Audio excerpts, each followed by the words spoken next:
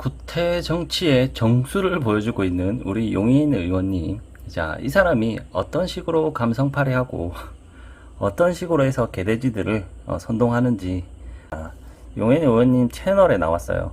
제가 몇 개 안 봤어요. 이거 하고 뭐 이거 두 개 봤는데, 자, 지금 용인 의원 같은 경우에 프로필에 보시면 세월호 당시에 이 사람이 정치 외교학과 출신입니다. 그래서 제가 봤을 때는 당시 세월호를 발판으로 삼아서 정치에 입문을 하신 걸로 알고 있어요. 이 사람이 뭐 사회생활을 해보거나 뭐 어디 뭐 직장에서 뭐 격리라도 해봤거나 뭐 이렇진 않을 거. 세월호 이후에 뭐 용인 씨 말로는 뭐 이렇게 이야기를 하더라고요. 뭐 새로운 정치가 뭐 필요해서 뭐 토론회를 자기가 개최를 해서 뭐 지방마다 다녀서 사람들의 이야기를 들어봤다고 하는데, 뭐 그건 제가 뭐 안 봐서 모르겠습니다만은 그것 또한 정치를 하기 위한 하나의 수단이죠. 그러니까 어떻게 보면 세월호를 정치를 하기 위한 수단으로 처음부터 그렇게 기획하고 나온 것 같아요. 충분히 그렇게 생각할 수 있죠. 그래서 용해인이 정치를 하는 이유에 대해서 뭐 보기 전에 제가 좀 전에 말씀드린 이 사람은 사회생활도 뭐 힘들고, 제가 볼 때는 취업도 힘들 것 같아요. 성격상 보니까. 그러니까 정치인으로 이렇게 국회의원을 시켜주니까 뭐 가방도 공개하고 뭐 이러면서 지금 기분이 좋은 거예요. 뭐 업됐어, 뭐 머리 하는 것도 보여주고 하면서 본인이 스타가 된 것 같아요. 그죠? 그래서 어떻게 보면 정상적으로 살았으면 취업도 하기 힘들고 막 그런데 이분은 국회의원이 됐단 말이야. 그러니까 재밌는 거지.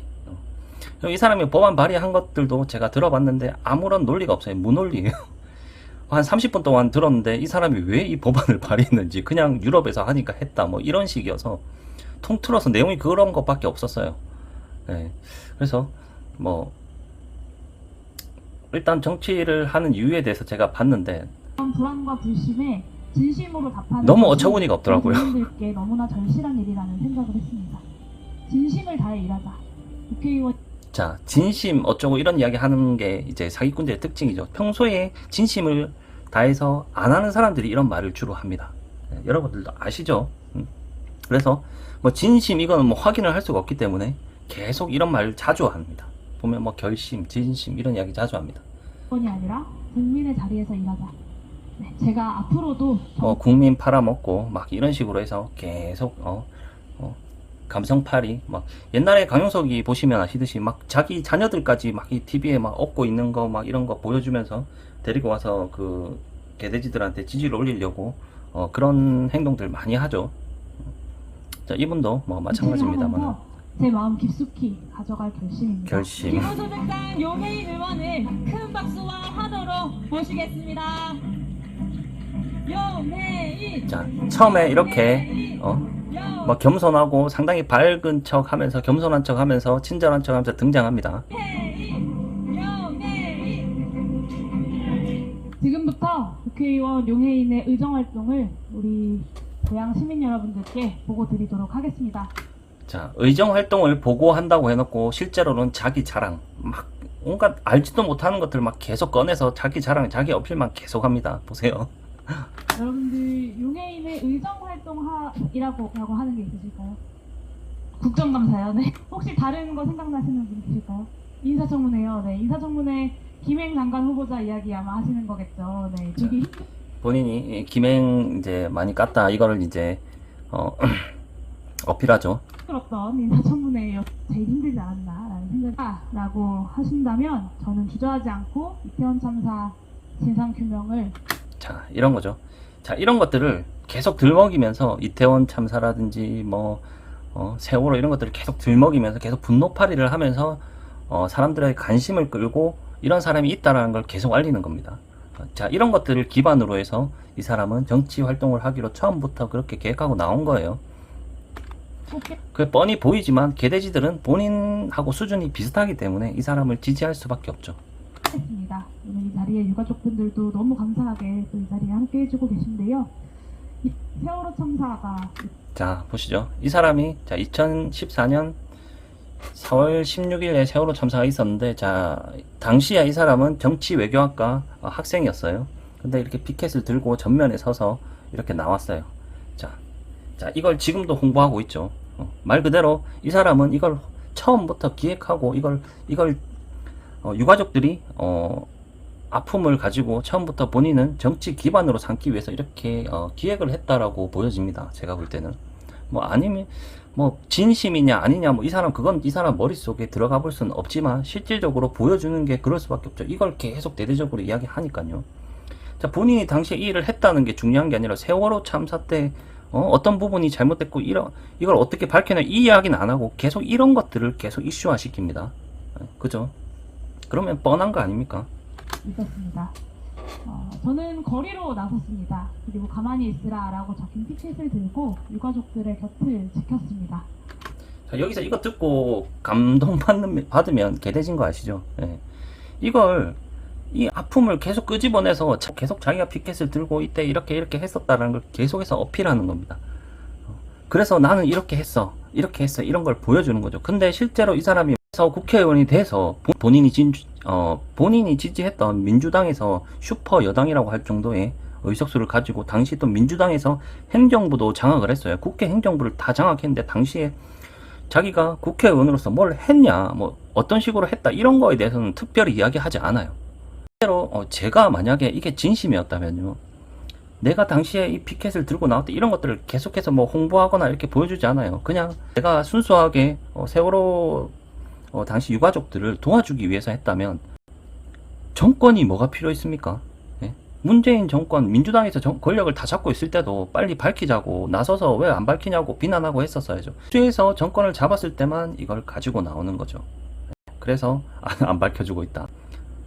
민주당에서 국회와 행정부를 다 잡았을 때도 아무것도 못하고 있었는데 그거는 아무 말도 안 하고 지금 현재 윤석열 정권만 욕하고 있는 거예요.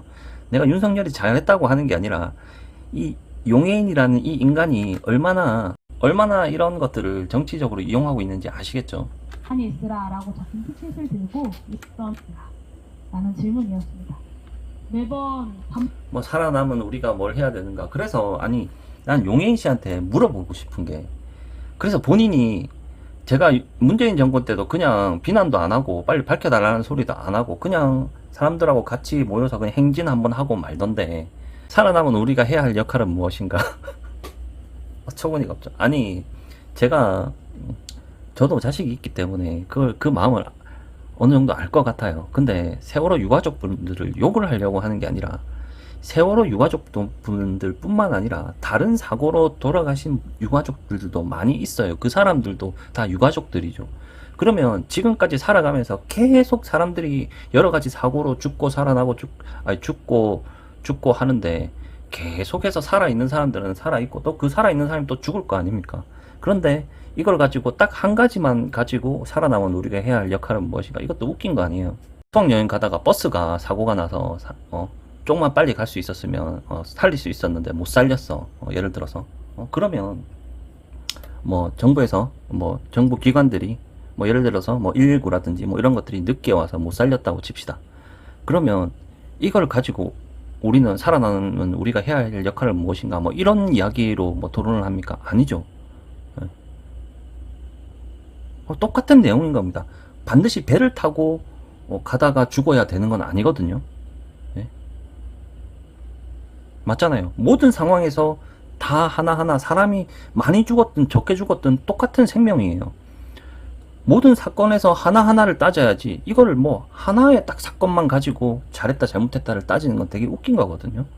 세월호 사태 때 저도 정부에서 잘못했다고 생각을 해요. 예, 잘못했다고 생각을 합니다. 그런데 그걸 밝히지도 않고 이 사람은 이걸 이용만 하고 있어요. 용인 씨는 도대체 본인이 지지하는 민주당에서 행정부와 국회를 다 장악했는데 당신은 당시에 뭘 밝혔냐는 거예요. 아무것도 딱히 뭔가 크게 밝혀진 것도 없어. 유가족들은 힘들기만 해. 계속해서 이게 뭡니까? 유가족들 가지고 세월호 가지고 이 슬픔을 가지고 정치적으로 이용하는 것밖에 안 되는 거예요. 다시는 이런 식으로 본인 어필하기 위해서 정치적으로 이용하기 위해서 나온 이런 사람이 생겨서는 안 돼요. 본인이 진짜 그런 뜻이 있다면 그걸 어떻게 해결을 해가지고 어느 정도 성과가 있었다, 어떤 게 문제가 됐다, 이런 것들을 계속해서 보고하고 언론에 나와서 이야기하고 이래야지 가끔 나와서 한 번씩 이렇게 자기 어필할 때만 이렇게 이야기를 한다는 거죠. 참사가 저에게 비판은 안 되는 참 그러면서 거창하게 우리가 해야 될 일은 무엇인가? 야, 자, 이렇게 수준 안 되는 애들이 제가 제 유튜브에서 다른 이 사람이 뭐 한 법안들도 제가 논리적으로 말이 안 된다는 부분 다 설명해놨죠. 이런 논리도 없고 사회생활도 안 해보고 실제로 이 사람이 세월호 사건 이후에 자기가 뭐 어떤 취업을 한 것도 아니고 그냥 다니면서 토론회를 개최를 했대요. 뭐 했는지 안 했는지 제가 모르죠. 그런데 했다고 칩시다. 그러면 이 사람은 사회생활도 안 해보고 막상 세월호 사건에서 어떤 문제가 어떤 건지 명확하지도 않은데 와서 자기는 토론회를 개최하고 새로운 정치를 해야 되겠다고 생각을 했대. 막연하게. 그랬으면 그 새로운 정치가 뭔지를 이야기해야 되는데 그것도 정확하게 말을 못해. 그냥 사기꾼들의 특징이 그거예요. 새로운 정치라고 이야기해놓고 새로운 정치가 뭔지 구체적으로 말을 안 하는 겁니다. 그게 사기꾼들의 특징이에요.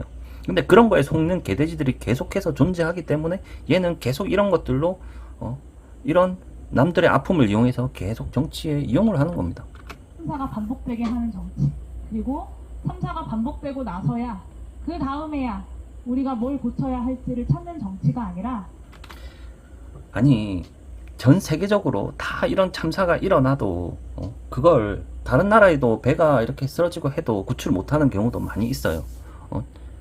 몇 년 전에도 그런 일들이 계속해서 발생했잖아요. 근데 실제로 구출하기가 쉽지 않았다. 그런데 이걸 미연에 방지하고 싶죠, 우리도. 그런데 이걸 자기가 다 방지하고 뭐 안전을 다 지킬 수 있다라고 지금 그냥 주장을 하는 거잖아요. 사회생활도 안 해보고 그냥 실제로 뭐 이 사람이 뭐 어떤 사업을 해본 것도 아니고 뭐 경제 활동을 뭘 했는지를 모르겠어요. 그 전에 그냥 경희대 정치외교학과 다니다가 세월호 때 피켓 들고 나와서 그냥 뭔가 새로운 정치를 해야 되겠다고 자기가 생각이 들어서 뭐 다니면서 토론회를 개최하고 이렇게 해서 그걸 발판으로 해서 지금도 이 세월호를 가지고 계속 어필하면서 그걸 정치 기반으로 삼아서 전략적으로 이렇게 누가 봐도 토가 나올 정도의 이런 행동을 하고 있는 거거든요. 국민의 생명과 존엄 그리고 안전을 지키는 것을 최우선 목표로 하는 국가가 필요하다. 그런 국가를 당연히 다 필요로 하고 있죠. 그걸 필요로 안 하는 사람이 있습니까? 뻔한 이야기들을 하는 겁니다. 개돼지들 선동하기 위해서. 이건 누구나 할 수 있는 이야기입니다. 세월호 이후는 달라야 한다 라고 생각을 했는데 어떻게 할지 구체적인 방안을 이 사람이 제시를 하나요? 그건 제시 안 하죠. 그냥 더 안전한 국가, 더 좋은 세상, 이런 이야기는 누구나 할 수 있는 겁니다. 구체적으로 어떻게 해야겠다는 이야기를 해야 되는데 그런 이야기는 못해요, 이 사람은. 김재동이 보세요. 본인이 모든 걸 알고 있는다는 듯이 막 이야기하지만 실제로 본인이 어떤 해결 방안은 알지는 못하고 그냥 막연하게 까기만 까는 거잖아. 이 사람도 마찬가지죠. 생각했습니다. 그 답이 저에게는 정치였습니다. 그런데 작년 10월 29일 이태원 참사가 다시 발생했습니다. 윤석열 정부의 대응은 9년 전 박근혜 정권 당시와 별로 다를 바가 없었습니다. 어떻게 보면 더하다 싶을 정도였습니다. 그 누구도 책임지지 이 사람이 참 역겨운 게 뭐냐면 이 사람은 윤석열을 계속해서 깝니다. 윤석열을 탄핵시키자 뭐 탄핵 집회에도 나와가지고 그런 이야기들을 계속 해요. 그런데 실제로 윤석열을 끌어내리겠다고 물불 안 가리고 달려들은 송영길 대표 같은 사람들한테는 윤석열을 탄핵하고 아무런 상관없는 윤석열 탄핵을 외치지도 않는 다른 사람을 지지합니다. 실제로는 말로는 계속 윤석열을 탄핵해야 된다 기자들 앞에 나와서 그렇게 해놓고 실제로는 다른 사람을 지지해요. 다른 사람 유세를 그냥 대신 해주고 있어요. 네. 말 그대로 앞과 뒤가 다른 사람이죠. 전면에서 싸우고 있는 사람들을 배신하고 윤석열하고 아무 상관없는 사람들 쪽으로 힘을 몰아주고 있어요. 말 그대로 이 사람은 그냥 민주당에 그냥 충성해서 먹겠다. 그러면서 이런 식으로 자기 어필을 해가지고 지지율을 높이겠다. 왜? 자, 이 사람이 지금 하고 있는 이 촛불 집회가 있는 이쪽 라인이 블루오션입니다. 네. 블루오션이에요. 무슨 말이냐?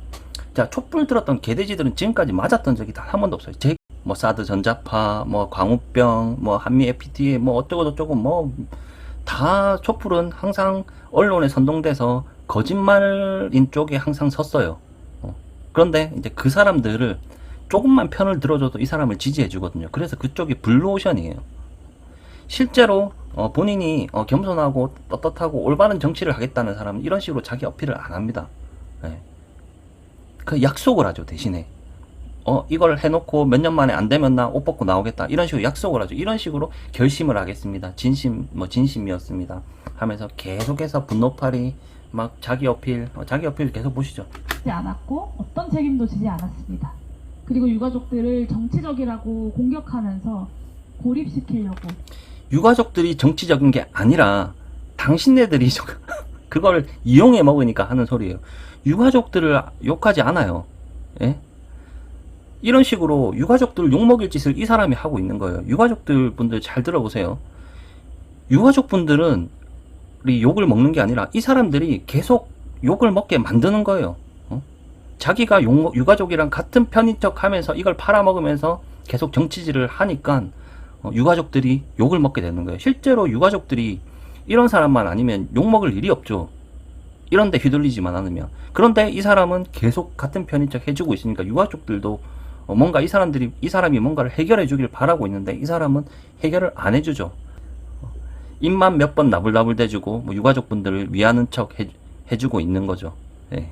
그러면서 계속해서 그쪽 지지율을 뽑아먹고 정치적으로 이용해 나가는 겁니다. 유가족분들을 욕을 안 해. 난 세월호 유가족들을 욕을 한 적이 한 번도 없어.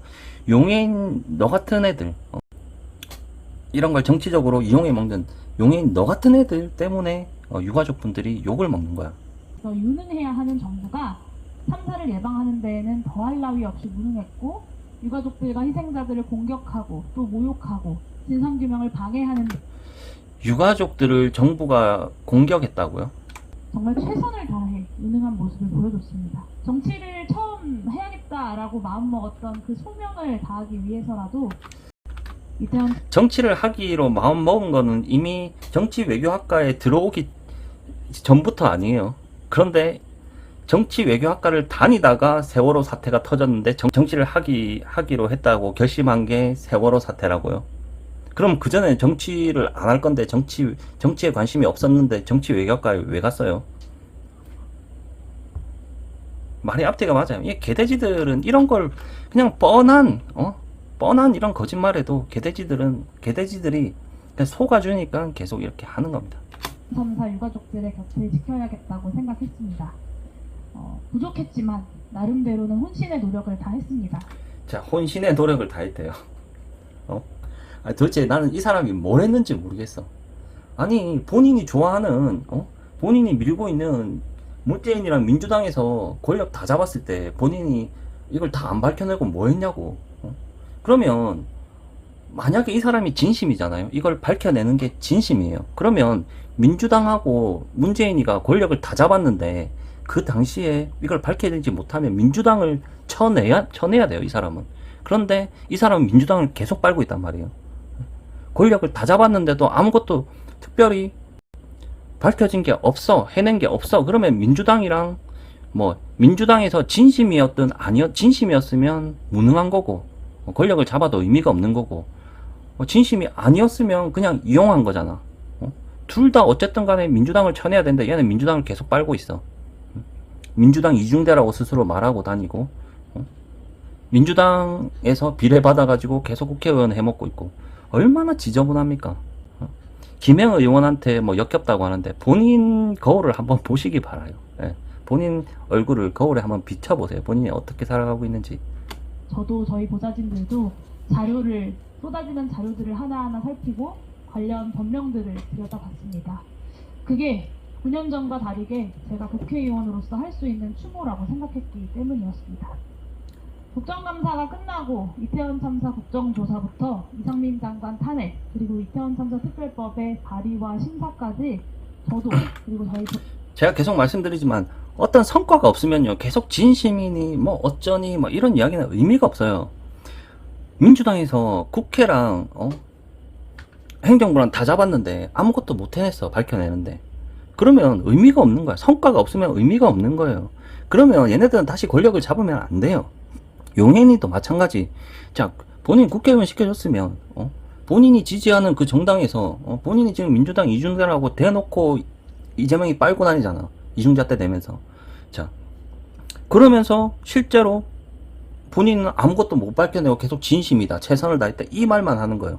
본인이 못 밝혀냈으면 그 책임을 지고 내려오면 되는 거예요. 근데 그게 아니죠. 계속 진심이다 뭐다 하면서 계속 옛날에 피켓 들었던 거 보여주면서 계속 어필하면서 감성팔이 하면서 계속해서 지지율을 높여가겠다는 거죠. 왜? 이 나라에는 개돼지들이 많으니까 이걸 계속 알리고 싶은 거지. 자기가 진심이라는 거를.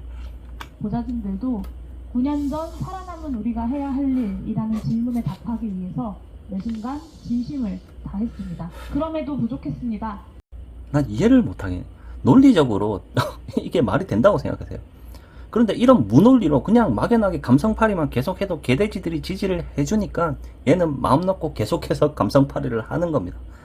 참으로 유가족분들께 그리고 희생자분들께 국민 여러분들께 송구스럽습니다.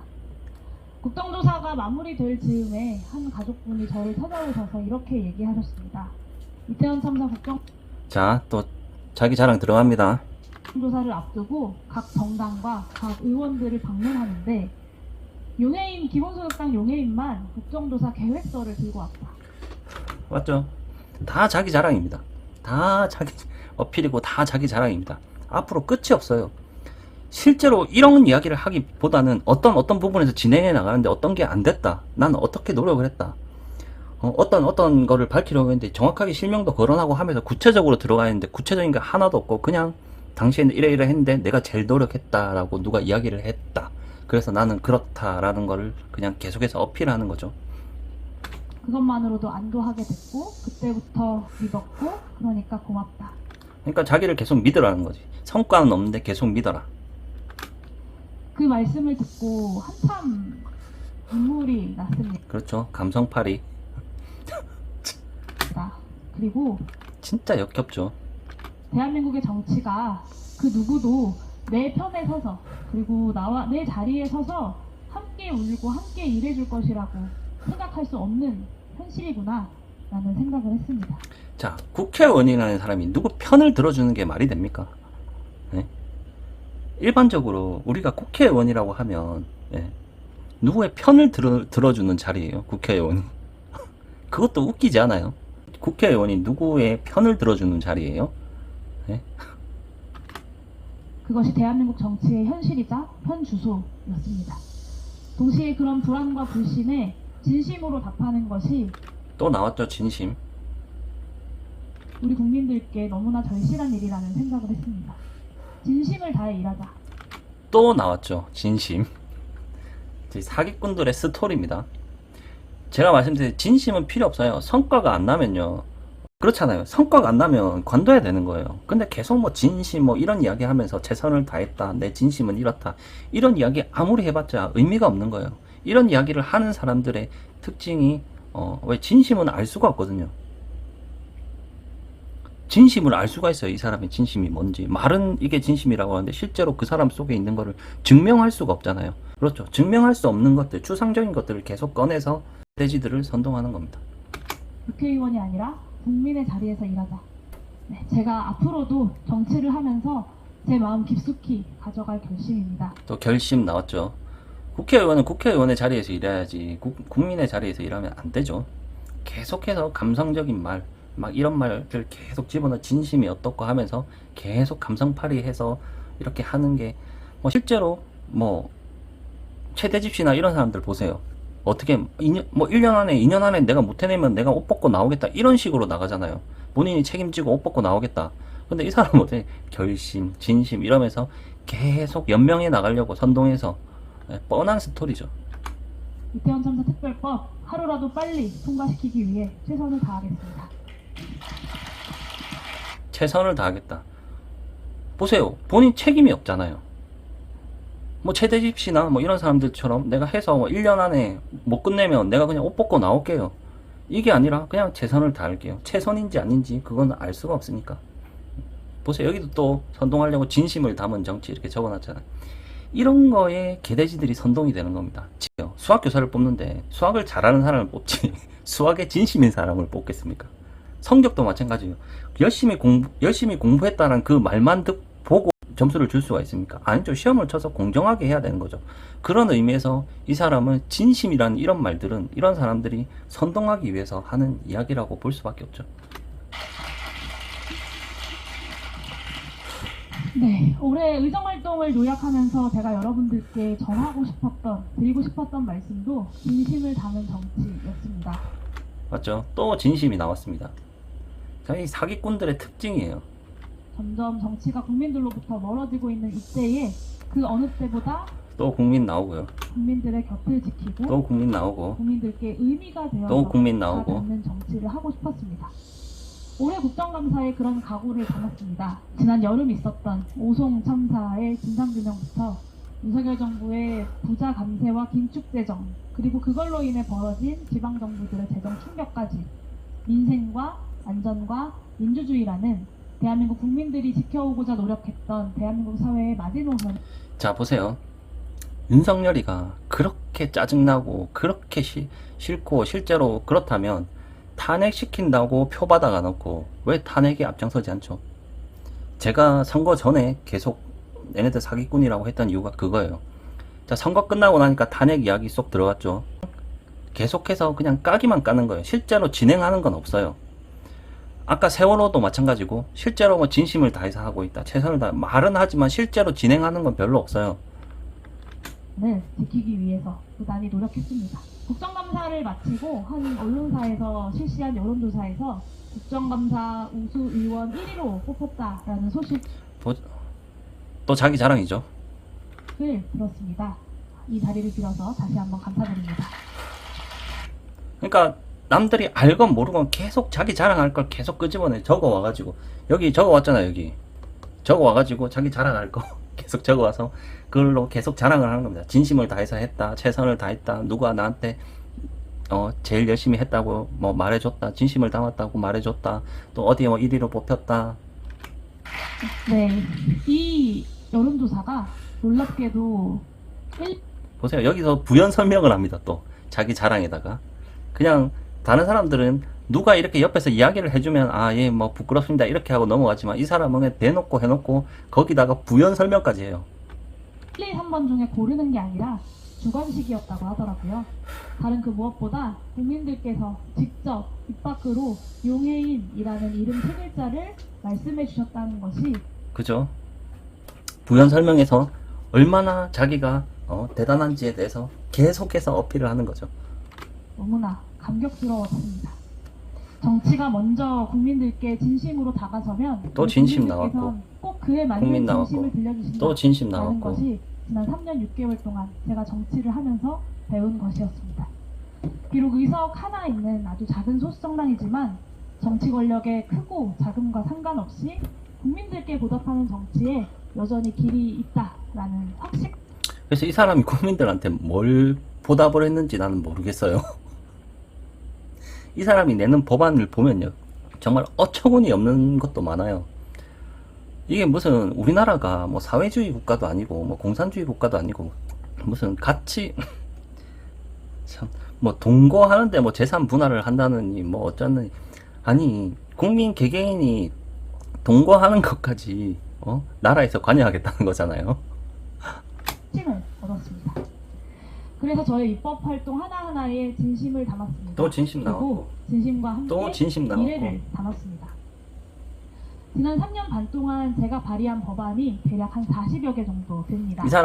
이 사람이 발의한 법안을 한번 보세요. 얼마나 어처구니 없는 이야기인지. 그리고 뭐 다른 걸 떠나서 이 사람이 법안을 발의했으면 왜 그 법안을 발의했는지에 대해서 이 사람이 나와서 설명을 하잖아요. 논리가 없어요. 그냥 무논리야. 그냥 뭐 어디 유럽에서 다 했다. 나는 처음에 뭐 어떤 논리가 있는 줄 알았어. 그래서 들으려고 30분 동안 켜놓고 들었거든요. 결국 이 사람이 주장한 유럽에서는 아무 이유 없이 했겠냐, 그냥 이게 끝이었어. 법안 발의할 10명에 같이 도장 찍어주고 공동 발의해줄 의원을 모으는 것도 쉽지 않은 소수정당의 사정을 말씀드리면 우리 국민들께서는 그래도 애썼다라고 말씀해 주시겠지만 그죠? 이것도 자기 자랑이죠. 그래도 애썼다는 걸 보여주기 위해서. 또 솔직히 많은 숫자라고 말씀드릴 수 더 지지해달라. 자기는 그럼에도 제가 애썼으니까. 발의한 이 법안들은 모두 기존의 정치가 다뤄오지 못했던, 그리고 상상하지 못하고 외면해왔던.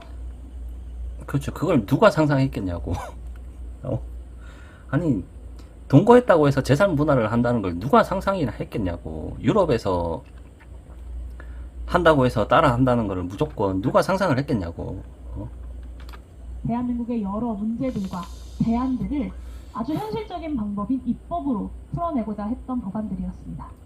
나름대로 법안 하나하나가 대한민국의 민생과 미래에 중요한 질문들을 던져왔다고 자부합니다. 또 자기 자랑이죠. 말도 안 되는 법안들 발의해놓고 자기가 미래에 중요한 미래를 위해서 중요한 법안이라고 자기 스스로 자화자찬하는 거죠.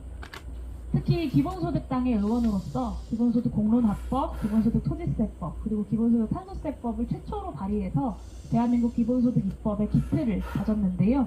그렇죠. 특히 뭐 기틀을 다졌대요. 뭐 제가 몇 개는 올려놨습니다만은 제가 시간 날 때 하나하나 다 반박해 드릴게요.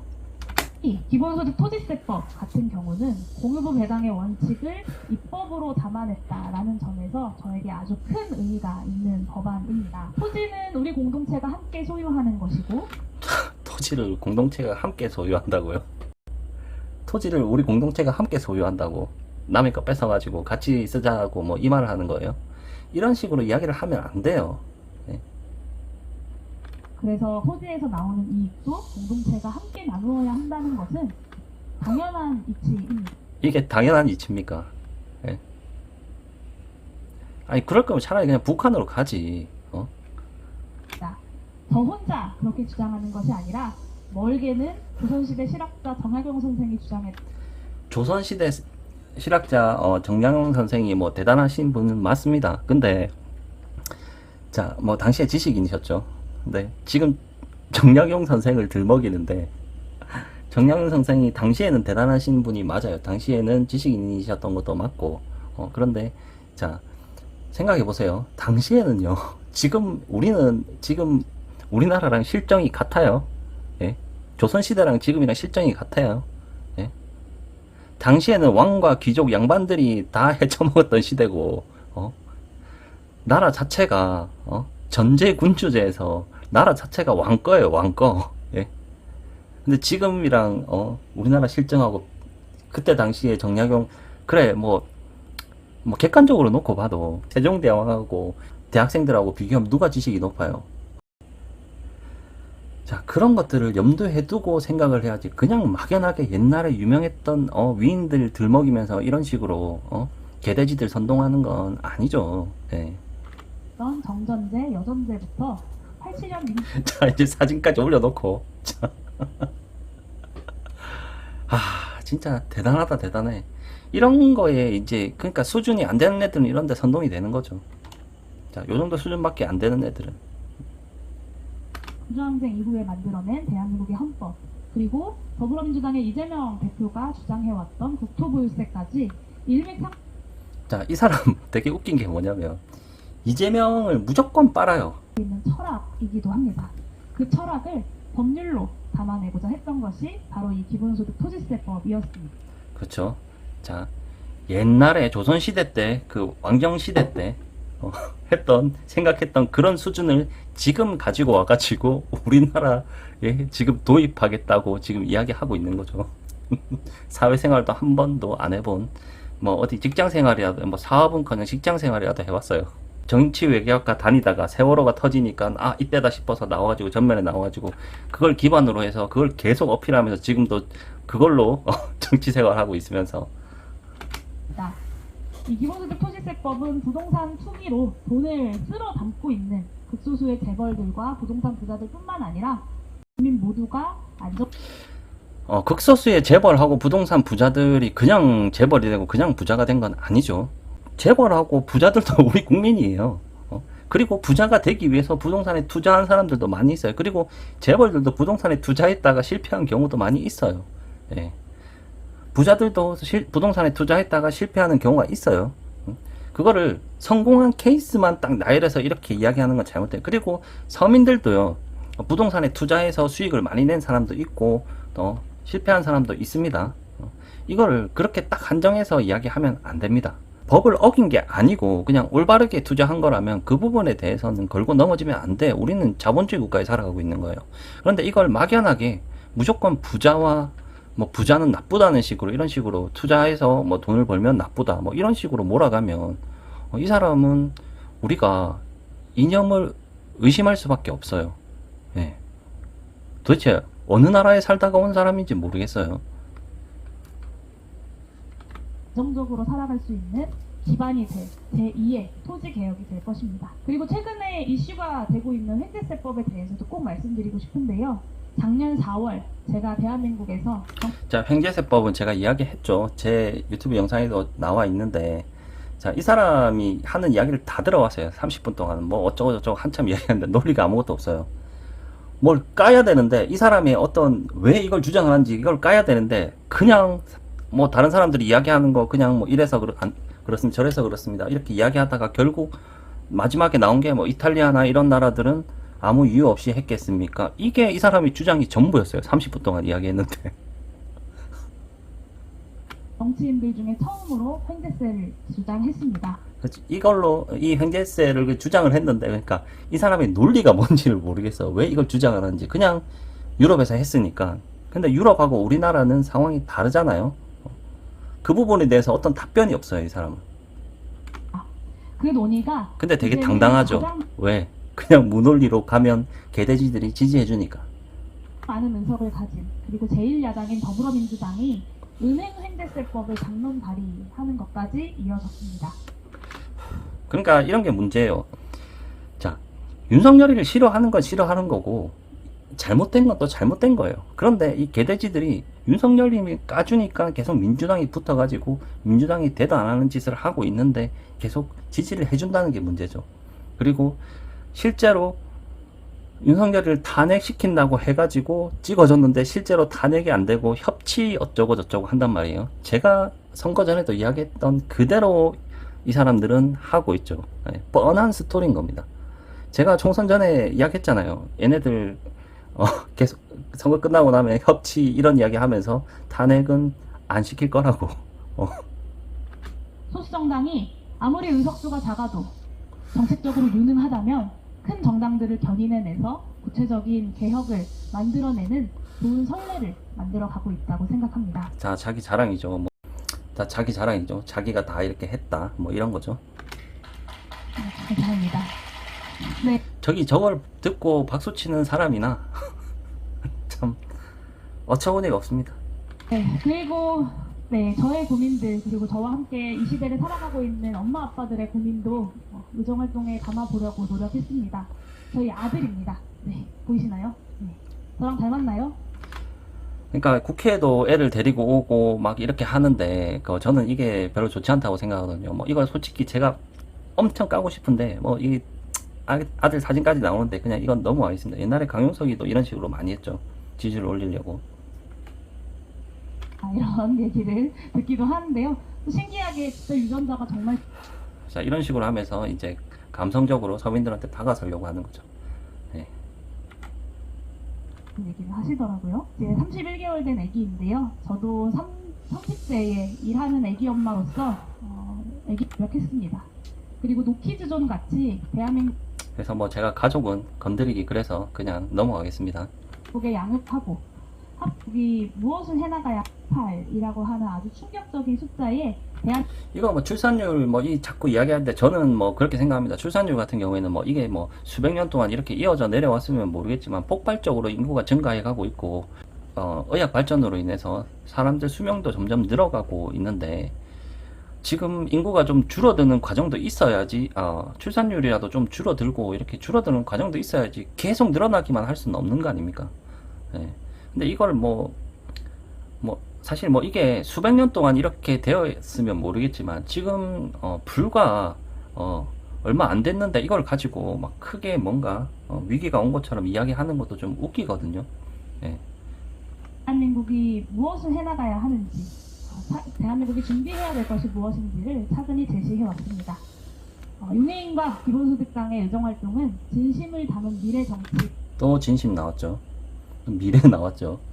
근데 실제로 이 사람이 이 진심을 가졌는지 우리가 떠나서 미래를 위해서 뭘 하는지는 모르겠어요. 점점 사회주의 국가로 돌리려고 하는 것 같은데.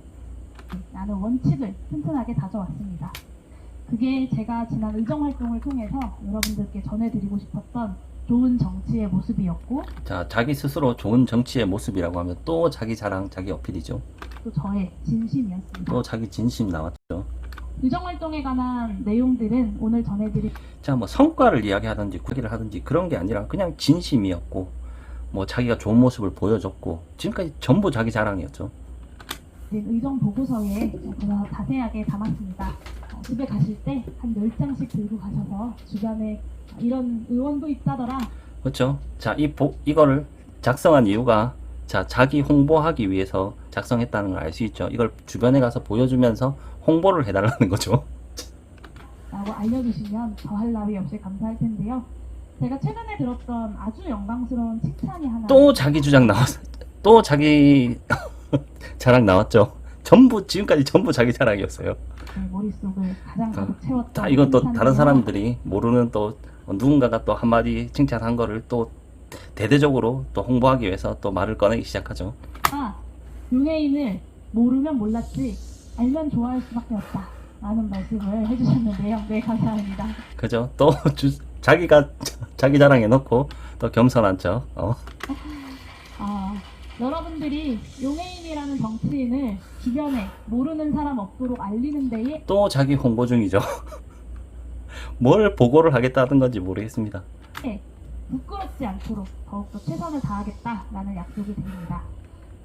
의정활동에 관한 보고는 이렇게 좀 마무리해보고 자, 의정활동에 대한 보고가 전부 다 자기 자랑이었어요.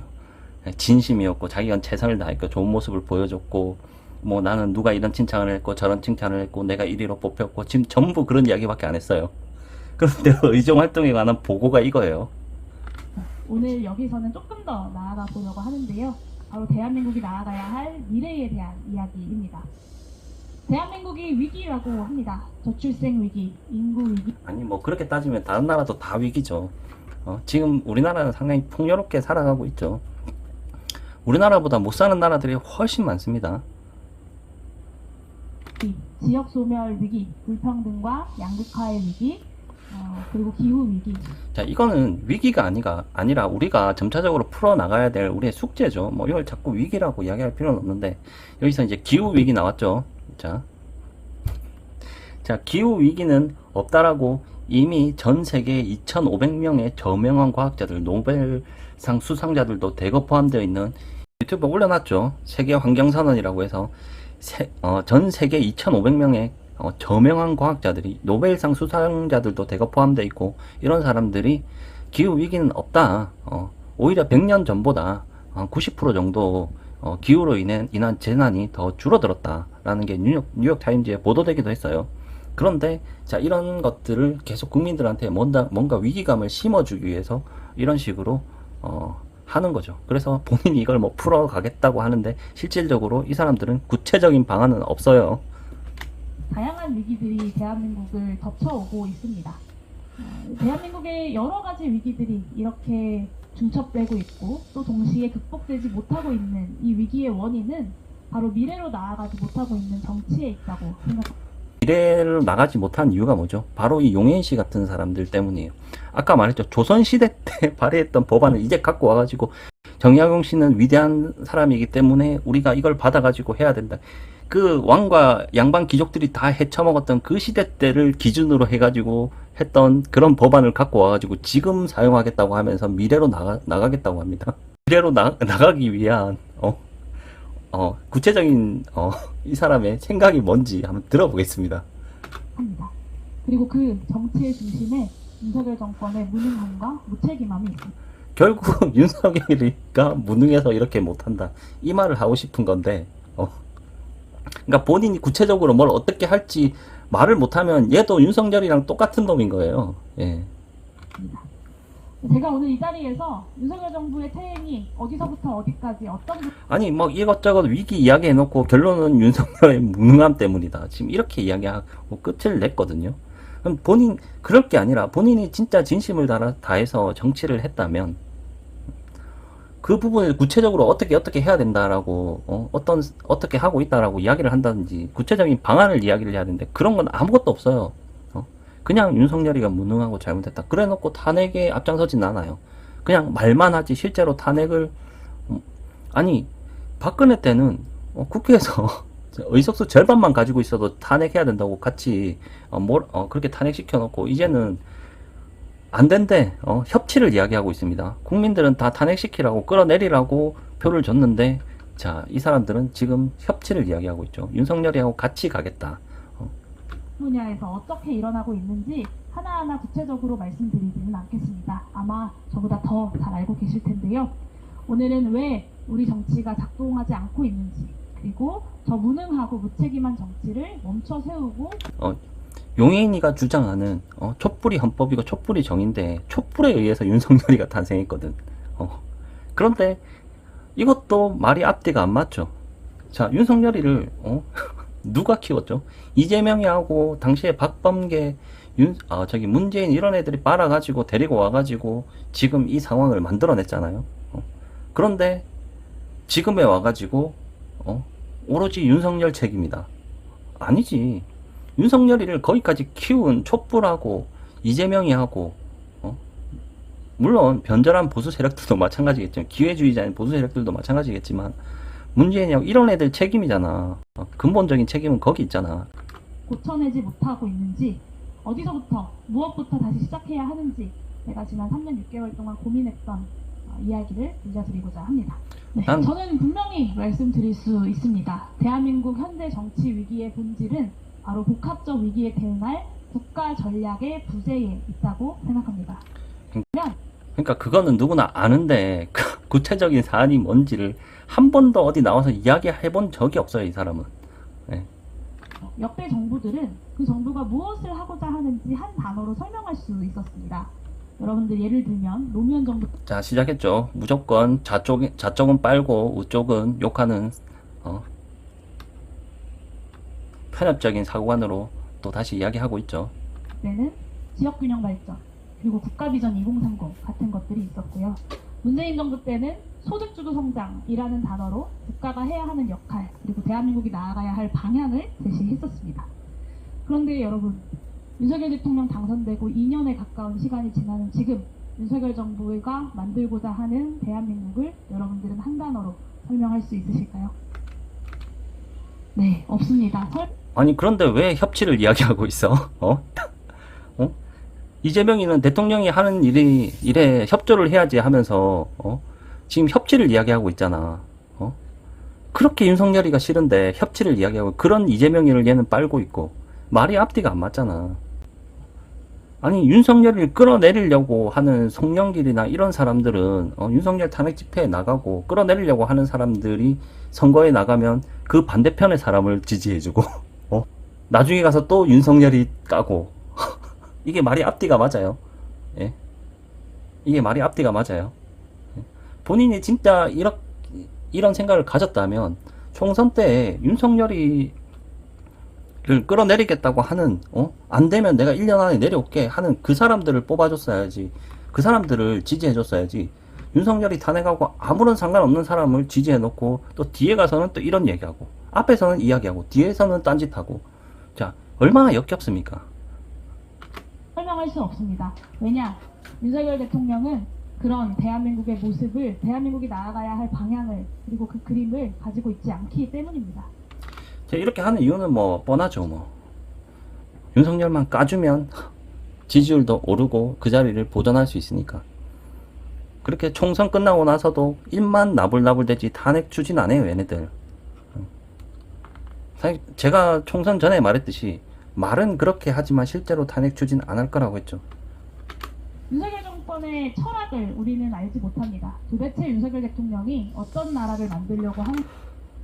그러니까 철학 이런 거 의미 없어요. 예? 이 뭐 철학이니 어쩌니 이런 뭐 진심이니 뭐 최선이니 이런 추상적인 이야기들을 하는 사람들이 사기꾼이에요. 예? 구체적인 방안만 이야기하는 사람을 지지해야 되는데 그게 안 되는 거죠. 개돼지들은 이런 환상에 사로잡힌 애들이 얘를 지지하는 거예요. 딱 수준 그것밖에 안 되는 애들.